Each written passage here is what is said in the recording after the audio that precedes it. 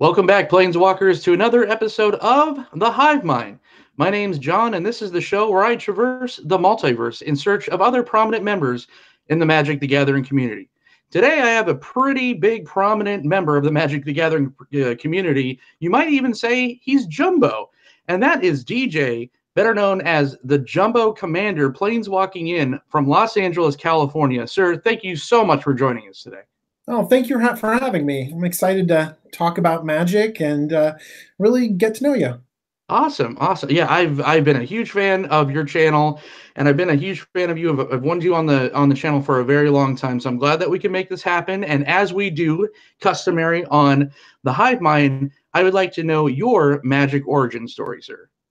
Ooh, okay. That sounds really dramatic, like an origin story. But I think I can do it. Actually, I started playing Magic really young. I was in 5th grade, and this was 93, 94. So this was right when Magic came out. And honestly, I don't remember much about what Magic was like when I was in 5th grade. But the one tipping point was our conservative elementary school banned Magic cards. Oh, they're like, geez. Oh yeah, they were like, no Magic cards. You can't bring them in school. And of course, that made us desperately want to play them so badly. So that's kind of where I got that first urge to play Magic cards. Actually, in the same breath that they banned Magic cards, they also banned Pogs. Do you remember Pogs? Oh, of course I remember Pogs. So there was a line there in 5th grade where maybe I would have gone the Pogs direction instead, and 25 years later I'd be doing Pog podcast now. But I got podcasts. Yeah, exactly, podcast. But I got super into Magic because they said no, you can't play it, and so we just bought tons of cards and goofed around, and then when I went on to junior high, I went to like the public junior high. I was pudgy and awkward and desperately needed friends. And so what did I do? But I busted out my Magic cards, and suddenly I had like a built-in friend group in the most awkward stages of our lives. So Magic has treated me well.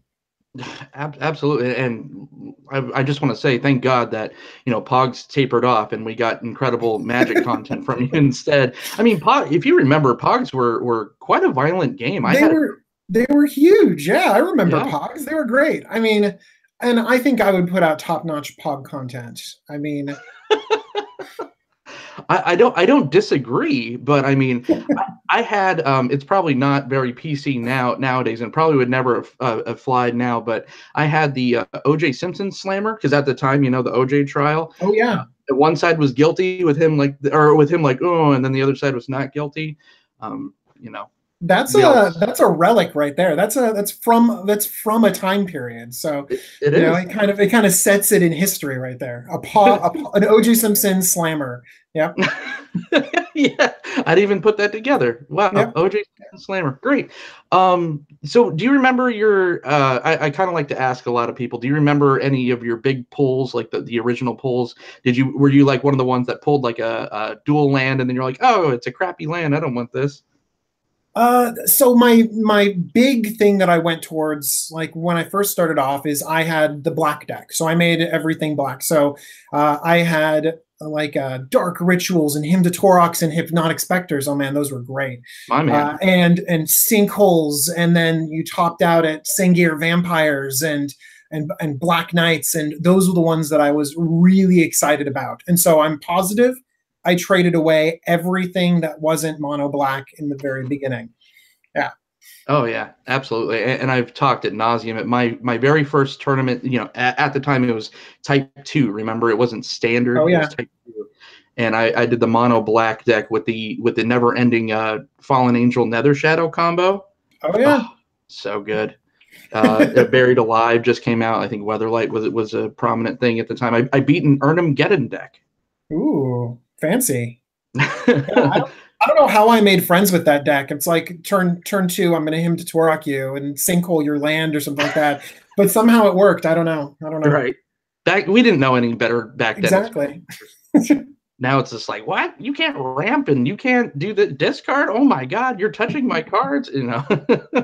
Whole different kind of style of play nowadays. But tell me what kind of geared you into Commander of all things. So did you do the kind of format gauntlet, so to speak? Did you do the standards and the moderns and all that, or did you just kind of jump right into it? No, I think that a lot of us start off kitchen table, just kind of putting together cards, and I did that for a long time. And then I did play standard for a little bit, and I play modern and legacy and stuff like that.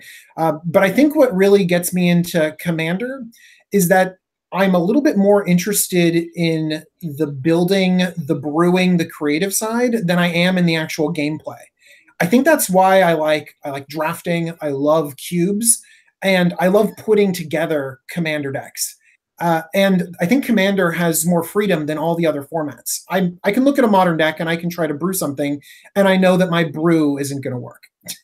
I know that it's just other smarter people have put it through the ringer, and they know that this is the solved format or a standard deck. Like your edges are in the sideboard. Your edges are tiny changes. Whereas in Commander, you have tons of freedom because you're not trying to min-max. You're not trying to get the best deck possible. You're trying to be creative. You're trying to build something new. You're trying to do shenanigans. And that's what I really grabbed onto, and that's what I really like about Commander. Absolutely. Well said. And you definitely said you're a brewer, so you definitely gravitate towards that first, like when a new card or a new, spicy commander gets spoiled, do you go right to the brewing drawing board, or do you kind of, so you're not a big EDH rec kind of person is how I'm taking it.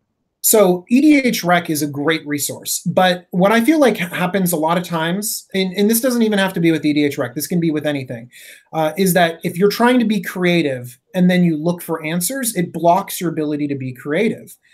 And so if you're trying to find an answer to something, you're trying to be creative or trying to make something, you shouldn't go looking for answers on the internet. You shouldn't go looking at EDH Rec where it has all of these set answers. Instead, you let your mind roll a little bit, let yourself be creative, and then let EDH Rec fill in the gaps. Let them find the things that you couldn't find. Let the large group of people, find that stuff that you couldn't, because you're not going to think of everything on your own, but you could think of an angle or something interesting that maybe other people wouldn't have thought of, an avenue that other people don't go down. Yeah, absolutely. And I just had the last guest I had on was content creator or content manager for EDH Rec. So and I've even put on my own deck techs when I was doing deck tech or EDH deck tech videos. I would say, this is an EDH Rec. I know it's out there, and it is a great resource. Like you said, it's kind of that icing, that finishing on the cake. But for people that want to brew, it's great. And I'm like you. As soon as a new set comes out, I'm right away looking at the legendary creatures, and I'm just like, what can I do with this one? What can I do with this one?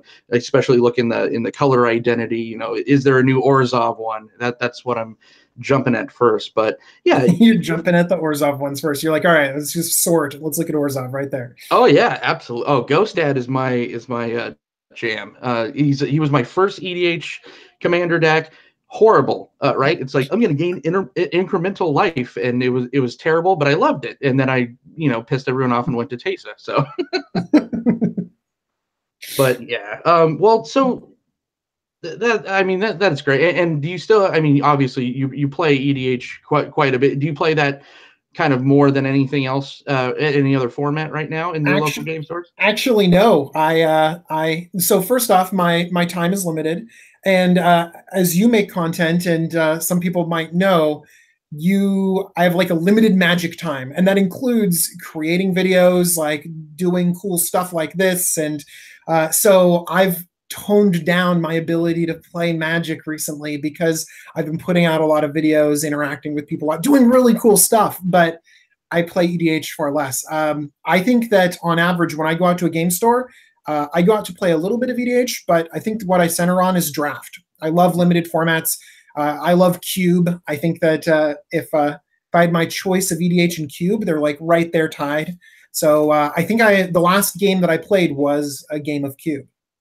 Nice. Yeah.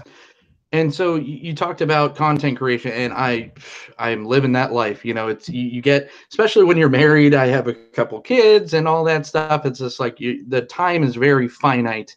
And I would love to play Magic more, but I have to, like DJ said, you got to separate that with Magic with content creation, that's the time as well. So what made you go from the table to want to start creating content in the first place, start gearing towards a YouTube channel?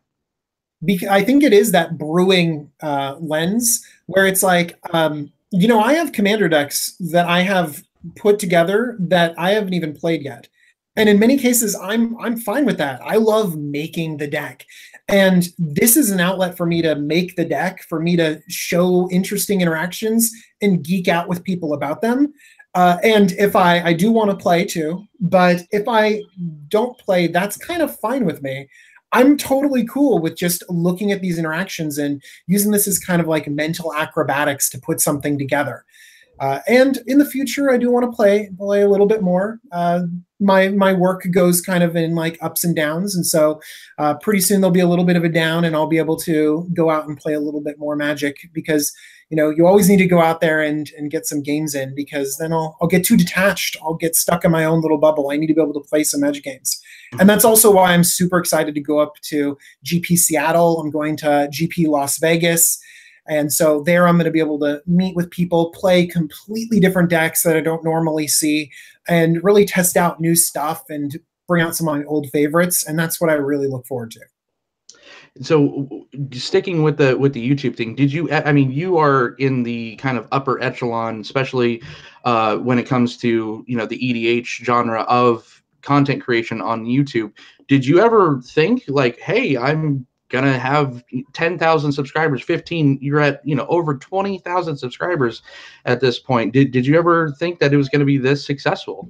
No, not even a little bit. I just started because I wanted to geek out about Magic cards. And in many cases, if you look at a lot of my content, I just kind of do what I want to and kind of ramble a little bit. Most of my videos are over 20 minutes long, which people told me when I started off was like, it's way too long. Like you just kind of go out there and talk, and you need to keep it short. You need to have it in these palatable bites for people.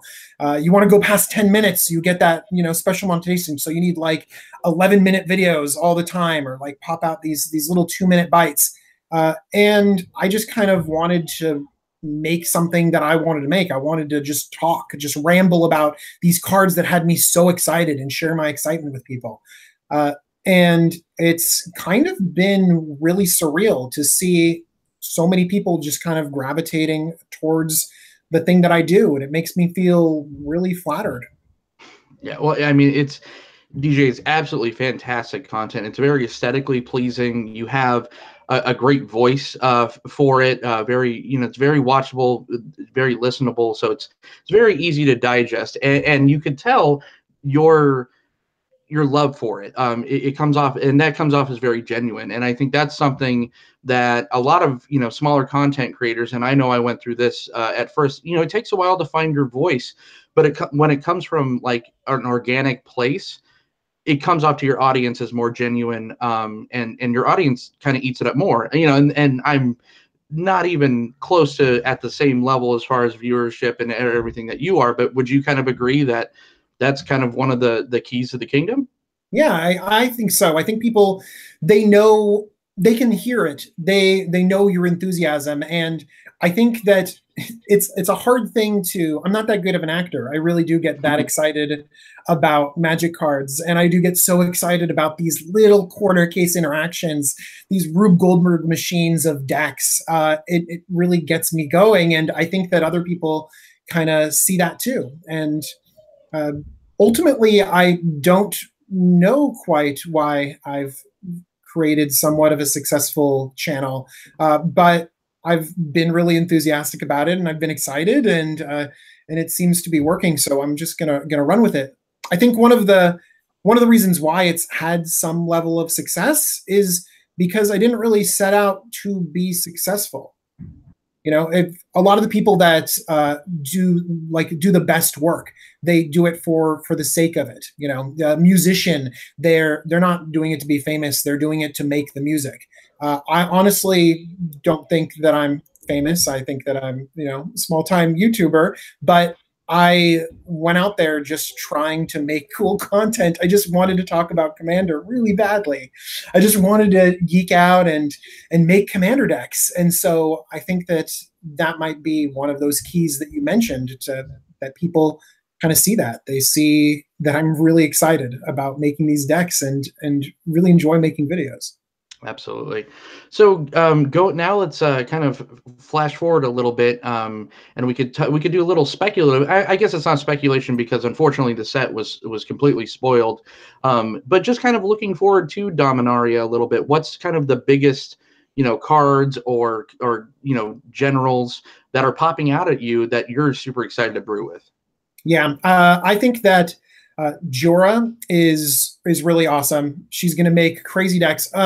And I'm really excited about that deck because it has all these moving pieces, but I don't think that there's a lot of room to brew there because a lot of people are going to come up with the exact same deck. I think the same thing with the new Boros commander. Actually, I've kind of taken a little bit of a step back. I looked at the spoilers, the leak, and I was like, this isn't the way I want to experience it. I read through a bunch of them, and I'm like, you know what? I'm just going to pump the brakes a little bit. So I read some. I didn't really go through and digest the entire thing. So I'm kind of waiting a little bit, and I'm gonna wait to see the spoiler season because it kind of just started right now, and I'm really stoked about it. And then also, I get my first preview card ever coming up. I'm super excited about it. Yeah, so I'm excited about one specific card in the set. So that's what I'm looking forward to. But overall, I think it's going to be a really great stack. Really great set. I like the nostalgia factor. I like all the legendary creatures. I think that it's interesting because Kamogawa block tried to do all of these legendary creatures, and it failed for a lot of reasons. But commanders gravitate back toward these weird legendary creatures. There's room for not top-tier legendary creatures. There's room for a lot of these sort of minor legendaries to creep into commander decks and really give people flavor and style and uniqueness as their general. And so that's what I'm really excited about, is that someone's going to pull out this weird uncommon that isn't top tier, that people aren't really looking at, and make a deck that's really theirs. Make a deck that's unique, that really they identify with. That's what I'm really excited about. And correct me if I'm wrong, but I know some of the Kamogawa block commanders, or excuse me, legendary creatures got eroded to be a lower rarity because the rule of thumb back in the day was everything legendary was rare, right? But this is the first standard set where there are uncommon commanders. Yeah, there were some master sets that toned them down. Like just recently, we had things like Rurik Thar and the Boros guy, Brian Stoutarm, and Zada. They all got downshifted to uncommon. But this, we have a slew of uncommon legendaries, which is very cool. And I think that opened up the design space, really. There's going to be a legendary in every pack. And it doesn't have to always be that rare slot, which I think is really good. Yeah, and it's absolutely excellent because Kamogawa was a set when it came out. It wasn't well received, and even by me because I was such a drafter back then. But it's probably the set that's gotten such a cult following since, and it seems like this is kind of everyone's bugging Morrow and everyone's bugging WotC for Return to Kamogawa, even though it would probably fall flat on its face. Maybe not now. Maybe there's been enough time to kind of those wounds have been healed over. But this kind of feels like a fixed Return to Kamogawa to me. It's got that legendary feel. I think it has the plain, the old nostalgia. It has this epicness that I think we've been looking for. I think it's going to be a really great set, and I'm excited to really get out there and draft it a lot. I'm really excited. I want to see a lot of the commons, really. When you like to play limited, you want to get into those commons and see how the draft format's really going to work out. I think that's going to be really great. Absolutely. And I just want to say, it looks like we got a nice chat going, and I do want to have some time near the end of the video to kind of get your questions for DJ. This is DJ's first interview, so this is your time to talk to Jumbo Commander and ask any questions. Just a couple more questions for him before we get to that section. So just putting Magic aside a little bit, what are kind of some of your other interests? I know you, like I said, or like we both said, we have finite time with content creation. Try to squeeze some Magic in there. Do you do anything else? Yeah, I mean, I, you know, like normal people, I have a job, I have a family, I have 2 dogs that I love to take on walks and stuff like that. I love reading. That's something that I really, really like. I probably read about 40 books a year, something like that. My favorite genre is like trashy, bad science fiction and fantasy. I love it. I love it so much. Every so often I will pick up like a good book, but most of the time I want to like do it to relax. People are like, "Oh, like you read so much, you must be so..." No, you should listen to the stuff that I'm reading. It's so bad, and I love it so much. So I am an avid reader a lot, and really Magic. Man, Magic takes up so much time. My gosh, but I love it.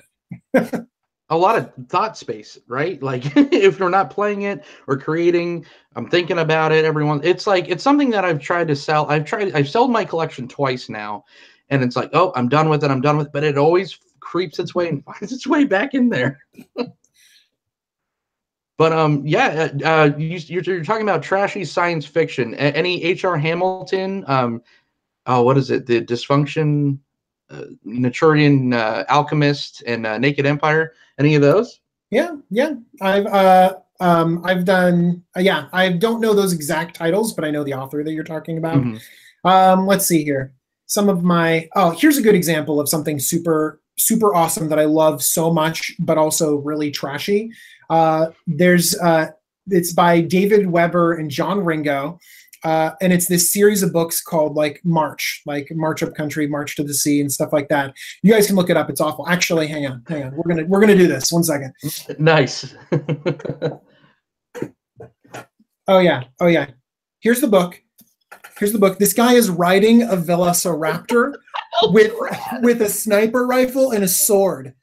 It's majestic.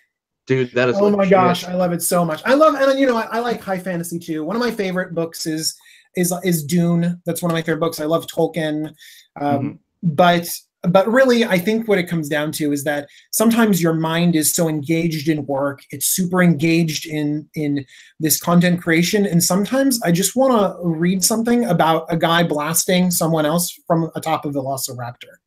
It's just something I want to read. I really do want to read about it. Yeah. I mean, of course. I didn't even know that existed. So, I mean, if nothing else, I mean, that is the takeaway, right? Like that's amazing stuff. And that's probably not a good book recommendation. People don't go out there. You have to be a special person to go out there and this. If you guys want some book recommendations, we can chat about that later. But no, dude, you could coin this and sell it. You want 20,000 subscribers? Read about Velociraptors. Right. Dude, that's awesome. All right. Let's see. Yeah. So other interests, and then we're gonna check the chat now for a little bit, and then I think we even have some time for a little game. Maybe we're gonna bring the game back. Face the D20. We did this on the recorded show. This will be the first attempt on the live show. But let me check the chat, see if anyone's got some questions. So we got Coach from Card Bazaar here. He says the Velociraptor said it sounds like his D&D character. Let's see. If we can make money, blah, blah, blah, blah. Oh, my sister's here. Hi, Debbie. Hey, Debbie. How's it going? Hey, Debbie. DJ says hi. Okay. Well, we'll go back to the chat because I don't see any questions popping out. I just see some shenanigans. So, all right. Are you okay with this? We're going to roll a D20, And on the D20, each number is going to represent a non-magic related question. So are you up for this? Let's do it. All right. First roll, number 2, your favorite type of music and band, group, artist, however you want to say it. So I used to love music when I was younger, and I loved punk. I loved ska. Oh, ska was great. And I used to like just hardcore, sort of like really into it music. And now I've kind of gotten older, and I kind of want something that's like more relaxing rather than that like amps me up a little bit. When people ask me about my favorite music or my favorite songs, I like to mention the 4 CDs that I first got when I got a 6-disc CD changer in 6th grade. I got the album Oasis, What's a Story, Morning Glory. I got Green Day's Dookie. Nice. I got Weezer's Blue Album. Oh, God, I love Weezer. I know. Isn't this good? Isn't this great so far? And then I got The Presidents of the United States of America. Millions of peaches. That's right. That's right. So that kind of like encompasses a lot of the things that I kind of grew up with, and those sort of classic sort of songs that I still gravitate back towards. So I love it. I think if I had to choose from there right now, like the Oasis sound, that original Oasis sounds really, really good. Absolutely. Yeah. I mean, I still listen to the Blue album quite a bit, and the Green album. Any Weezer album you want to put in, I'm going to listen to. And Green Day. That's how I started playing music, because it was listening to these people too. And yeah, I'm the same way, man. Like I was like so into like NoFX and Rancid. Oh yeah. And all the Pennywise and skate punk and all this stuff, and now I'm just like in the front row of the Warped Tour, like moshing everywhere, and like all the time. And now I kind of just kind of want to jam a little bit. I kind of want something to roll over me. Or I also am an avid podcast listener. I do listen to books too. So yeah. Yeah, Eric Williamson, Streetlight Manifesto, absolutely. But yeah, I'll pop in Lumineers now or something like that. I just love that folky kind of, like you said, relaxing music. Day's chaotic enough. All right, let's hit the dice again. Number 1, your favorite all-time movie. Favorite all-time movie. I used to say Casablanca with this. Because it was like so good and so classic, and it sounded really good. But here's the thing though, like your favorite all-time movie, I feel like you have to go back and watch it a bunch. And I haven't watched that Casablanca in like years and years and years. So if I had to like revisit like a favorite all-time movie, see, when I was younger, I was like super into film. I used to go through like the AFI Top 100. I would like just sit down and go through all of them and watch them and stuff like that. And again, I think I'm more excited about movies that are sort of fun and engaging a little bit more than usual. But you know what? I'm going to stick with the classic. I'm just going to go with Casablanca and just go back to my roots and the sort of like movie that I used to impress girls. Like, oh yeah, I like a black and white movie. Yeah, that was my thing. Yeah. Hey, it probably worked though. Right? Yeah. I mean, I thought I knew what my favorite movie was, and then I just not to plug another video because that's super cheesy, but we just did a whole spotlight on Steven Spielberg films. Man, did I cry through some of the, like, rewatching some of those. It just, between Schindler's List and Jurassic Park and all this stuff, I'm just like, I like how you compare those two. That's a good comparison right there. They came out in the same year. Did they really? 1993. Oh my gosh. Isn't that crazy? When I was young in 1993, I was obsessed with Jurassic Park, and I was really too young to go see it, but I saw it anyways, and it like gave me horrible nightmares, but I like convinced myself that it was really awesome, that I was excited that I saw it. Yeah. Oh yeah. And that's why I gravitate towards books with Velociraptors on it. It's like that's how it connects. You see that's called a full circle. Yeah. Oh man, I talk about way too young. I think I was like maybe 9 or 10 years old, and I saw Jurassic Park and Schindler's List in the same year in the theaters. Like, what the hell was my family doing? Oh, hi sis, I forgot you were in the chat. All right. Oh, let's go back to the dice. And we are generating some questions on here, so we will get to your questions shortly. I don't know how you are on time, DJ, but I got tons of time. Perfect. I have a lot of time blocked out. We can keep going until I can. All right. So number 5, we're keeping it low on the dice, and it's kind of in the same vein. TV series, your favorite all-time TV series. I'm gonna go with. I think I'm gonna go with Firefly, and brown coat. And first off, that might be in the back of my head because I saw some stuff like the Weatherlight is like the Firefly, and like Jor is like Mal, and all this other stuff. But I think that it's relevant because I think that it matches a lot of what I like about entertainment, where it doesn't have to be too over the top. It can kind of make fun of itself a little bit. It can have that action and entertaining moments. It can have those real sort of connections and the real character development, but ultimately doesn't have to take itself too seriously. And I like that. I like that in a way to sort of relax and enjoy it. And so I'm going to go with Firefly. Great pick. Yeah, like I said, brown coat through and through. Spoiler alert, we all got washed, from it. But Serenity was a great film. I like it. Was a nice cap off to it. It just, I mean, come on, wash. I mean, really? Yeah, But you know what? That was good. That was good. You need bold choices. Like another thing I'm a fan of, like everyone else, is Game of Thrones. I'm a fan of Game of Thrones. And also, like, I really loved reading all of the novels and then seeing them kind of play out. And I think that his ability to sort of kill characters, again, spoilers. I don't know if I have to call it spoilers for Game of Thrones. But it's like, what episode are you watching? Yeah, exactly. But his ability to kill off characters, his ability to make bold decisions and not care about what the audience thinks, I like that. I like the idea of being unexpected and actually having a surprising moment in film and in TV for once. I really gravitate towards that, and it draws me in even more. And yes, there's that pain when a character leaves, but I'm like, wow, like bold decision. How does this tie together? And then let's see the other characters come in and sort of pick up the slack a little bit. I think when it's well executed, it's really strong. Yeah, absolutely. And tying that back into, like, because it sounds like you know what you're talking about with film and everything, tying that back into Magic, do you ever kind of thematically try to make EDH decks, kind of tie into films or certain book characters or anything like that?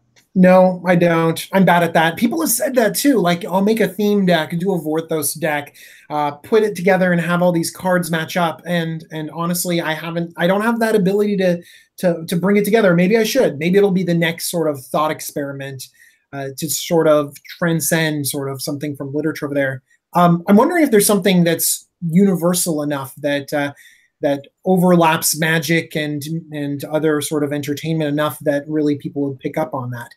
Part of me wants to do, one of my favorite books I mentioned, Dune. Maybe I want to do a Dune deck, all the sandworms and Fremen and all this crazy stuff. But then I wonder, like, am I doing this for me? I mean, maybe that's okay. Maybe I'll just make a Dune deck that I'll really enjoy. I've tried. I'm such a Joker person. I'm like obsessed, especially Mark Hamill Joker. I've tried to make a Joker deck work, and the closest I got was the Murder King from Temerate. Yeah. And I explained my BS, at the local games where I'm like, no, but it's like this, and that's why he's the Joker. Everyone's like, whatever, just take your turn. So it is fun. There's an audience for it, and your friends might not be that audience. And right. So I'm not opposed to it. Some people you guys need to come at me with some good ideas and give me some inspiration, because I don't have it on my own. I need a little bit of help. I need a jumping off point to make this new Vorthos video. There we go. The collab started here first. You heard it here first, right, guys. Coach wants to know, who is your favorite Game of Thrones character? Does it just sound lame if I say Tyrion because he's everyone's favorite character? I mean, it's he's so legit, though. I mean, he's Peter Dinklage is such a great actor, but I love Tyrion. I mean, he was just a revered character to begin with. I'm going to go with Ned Stark, actually, because he sort of embodied this when I first read the book, I'm like, Ned Stark, you put all your hopes and dreams into him. He embodied this traditional hero, and you grabbed onto him, and he had these sort of noble ideas, and you kind of put him in your mind as the good guy. And then when you saw sort of the bureaucracy, and you saw the backbiting, and you saw everything sort of tear him down, it was so heart-wrenching. And so I really like, I'm going to gravitate toward Ned Stark. He was a good guy. He was a good and flawed, and oh man, I really enjoyed him. And like I mentioned before, the fact that he didn't make it, he only adds to, I think, how he was in that first book. Yeah, absolutely. And did you? I think I read the first book and then I watched the first season after. But just reading the book, even before Sean Bean was cast, I envisioned Ned Stark as Sean Bean. He was a really good choice. I thought it was really well done. And I actually think that a lot of the casting was really well executed.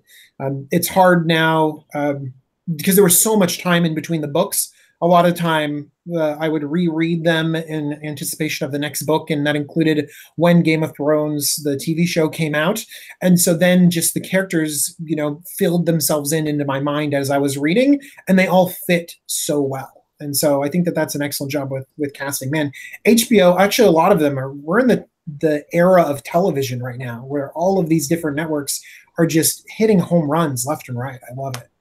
Absolutely. It's almost overtaking film at this point. I mean, yeah, you have your spectacles of your Avengers movies and your Star Wars movies, of course, but yeah, these series are just completely kind of overtaking that, and it gives them more time to breathe, which is just amazing. Eric Williamson spectacles, spectacles, they don't take any risks. That's one of the problems, is that you mention the Star Wars, the Avengers, they have their formula. They're not taking big risks. They're not doing things different. And so that's where I think that TV is sort of edging out a lot of the film industry a little bit. Yeah, absolutely. Eric Williamson said. Eric Williamson said. Eric Williamson. I know Eric Williamson. Hi, bud. He says he's got to go with Eternal Sunshine of a Spotless Mind and Big Fish. Oh, those movies, Ooh. So good, so good. I'm with you, buddy. Highlander Havoc. He's a newcomer, great creator. I just found his channel today. He said, in your personal opinion, this is for DJ, EDH, or how many tutors on average do you run and why? Okay, so this is a controversial subject because a lot of people, they try to move away from tutors. I think you need to look at what you're going for, what your approach is. And just saying a number doesn't really work, because I have jankier decks that actually have tutors in just so that they can hang with a commander table. Like I have a Toughness Matters deck where it's a lot of walls, it's a lot of things that have, huge butts, like a kind of like a Doran deck, but not so aggressive. And it needs tutors in order to hang with everyone else. So in that deck, I'm running a lot of creature tutors, demonic tutors, stuff like that, just so that it can actually play and I can get that answer that I need, or get that thing. And honestly, that thing that I need to get just lets my deck function. It doesn't do anything super broken. It doesn't win the game. It's like just something that makes me average. I think it's all about tuning your deck to your table, tuning it to the playgroup. And that doesn't have to happen only in deck construction. That can happen while you're picking up your deck and tutoring. If you are playing at a certain table and you're about to destroy them, why don't you tutor for your third best win condition? Why don't you tutor for something fun instead of something that's going to destroy the table? Sure. And speaking at the other end of the spectrum, if you're playing in a super competitive deck, if you're on the verge of competitive EDH, CDH, then you need to be running those tutors. You need to be taking your best thing out to be able to combat the table, because they're not going easy on you. They're gonna keep going hard. So I think that tutors are very variable depending upon your table, and you need to match your deck to who you're playing against, to your friends. You want to have a deck of equivalent power level, and because tutors are so powerful, you need to balance that as well. Oh man, what a great breakdown. I hope that answered your question, Havoc. And Real quick, Desolator said the best movie ever made was The Burbs with Tom Hanks. Hey, you're not wrong, really. It is a fantastic movie. Let's see. All right. So is there any that was Face the D20? We got a couple of your guys' chat questions in there. DJ, is there anything any upcoming projects that you could spoil for us? Yeah, coming out tomorrow. If I finish the thumbnail, I'll finish the thumbnail. I put together. I did something kind of ridiculous. I did something crazy. I had a friend, a subscriber, who came to me and said, "I'm selling my Magic cards. I have a crazy collection." And I'm got to get rid of them. I'm going to sell them. And he's like, "Well, do you want to? I'm going to give up Magic. I'm going to give up your Patreon. Let me give you a couple cards to kind of sustain you, to say thank you as I give up Magic." And we got back and forth. We got to talking, and he had an insane collection. So I had this idea of what's the most ridiculous, expensive, over the top commander deck that we could put together. And so we got together and we put together a $19,000 commander deck. Holy crap. So I just did a $15 super budget Rourke Thar deck. So, and I think that deck is great. I've been hearing from people it's winning games at card stores. I have it built as well. I want to bring it up to GP Seattle and see how it does. And so this $15 commander deck is crushing. And then we want to go the complete other end of the spectrum. And so we put together a $19,000 commander deck. I go through all the cards and all the prices, and we look at just some ridiculous, stupid Magic cards. And honestly, the takeaway from this is that the price doesn't matter. I guarantee that this $15 Rourke Thar deck would destroy the stupid deck that we put together. It would destroy it. There's so many shenanigans. And so price doesn't always have to do with power level, and some other interesting things in there. So that'll be coming out tomorrow, hopefully. And then I'll tease my preview card that's coming out on Thursday. I'm super excited about that too. That is awesome stuff. What a nice dichotomy, huh? Here, you could put this $15 deck out or this $1 million deck out, and the $15 deck will kick it in the dirt. yeah. And I'm going to come out with another deck that's the same theme. It's just another spoiler. It's essentially a Turbo Fog deck. That's the $19,000 deck, and I don't even think it's that good. So I'm going to put out another deck that's a better version of the Turbo Fog deck. That's more fun to play and is like $200. So a little bit more reachable for normal people, for myself as well. Oh man, Turbo Fog. That is that archetype is near and dear to my heart. I always try to make it work. I got it to work pretty well. Simic Turbo Fog right before New Phyrexia was rotating out. That thing was nasty. Talk about table flips. Everyone at the LGS was just like, "What are you doing?" I'm just like, I'm having fun. It's great. But it doesn't work very well in Commander because like you have a fog, and that deals with one opponent at a table of 3 or 4 different opponents, and so it's not a good powerful strategy. It's a little bit janky. You got some hoops to jump through, which is why I'm kind of excited about it. Absolutely. We have the Sioux Warrior 01 says, "I'm super excited about that Turbo Fog deck. I've been waiting for it since you spoiled it on Patreon." Oh, nice. Now, I think you're excited about the actual one that people can normally build. I mean, I'm hoping that one, and I think it's really good. So I'm excited, but that one's we're gonna have to wait a little bit. I haven't even finished that one yet. So I've been ramping up to this. I've been doing some other stuff and then off to Seattle for a long weekend. So hopefully I can get back into making more content real soon. Perfect. All right, DJ. Well, like we said, spoiler, I live in Seattle. So I hope to see you at GP Seattle. That would be a ton of fun to actually throw down some cardboard with you, sir. You've been an amazing guest. Thank you so much for planeswalking in from Los Angeles. Where can everyone find you, DJ? Yeah, well, you can most likely find me every week on YouTube. Jumbo Commander is the name of my channel. I put out deck techs. I put out random budget videos. But you know what? Deck techs are kind of just what I do. It's what I really like and what gets me excited. So there might be a few other things on there. I might wax Brawl and talk about that a little bit in a video. But then I always return to Commander and their deck decks. So that's good. You can find me on YouTube. I'm at Jumbo Commander on Twitter. You can tweet at me, and it's great. And other than that, those are the two best places to find me. Excellent, excellent. Then I just want to say thank you again for giving me your first ever on-camera interview. This was fantastic. And you can find me, John Dunning, on Twitter at OrzovDunn. You can find me on Facebook and Instagram at Jonathan Dunning. That's my name, guys.